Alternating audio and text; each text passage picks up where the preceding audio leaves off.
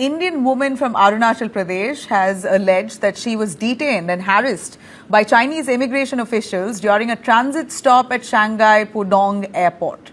Now, Pema Wangjom Thongdok, a UK resident who is travelling from London to Japan on November 21st, claims that immigration officers refused to recognize her Indian passport, citing Arunachal Pradesh as her birthplace, and told her that Arunachal Pradesh is part of China. And they made her wait at the airport for 18 long hours, 16 to 18 long hours. She missed her flight and she was asked to take another ticket, and only then it seems like they cleared her. But what a traumatic experience for an Indian to know that her Indian passport is not valid. Listen in. I am an Indian citizen residing in UK for about 14 years. And I was traveling on my holiday from London Gatwick to Japan via a transit in Shanghai. And basically, I went past the e-gates, happily queuing up for the security gates to transfer onto my next flight onto Osaka in Japan. And one of the officials from the Chinese immigration came over and singled me out of the queue, basically said, look, India, took my name and something and took me out. So I asked her what is happening, and she basically didn't say much and just basically asked me to follow her.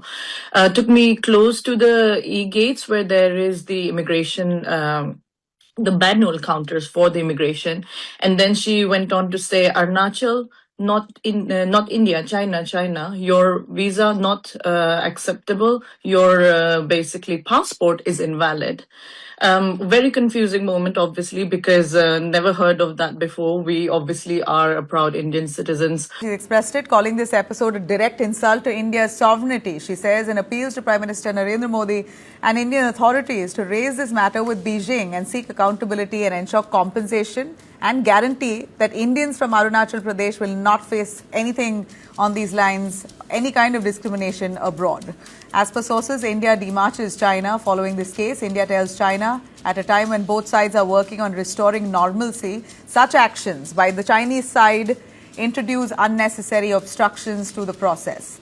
In fact, this lady here was mocked by the immigration there and China Eastern staff we hear. She was denied food, airport facilities and prevented from boarding her flight. She was forced to buy a new ticket to recover her passport, incurring losses for her and, of course, most valuable time.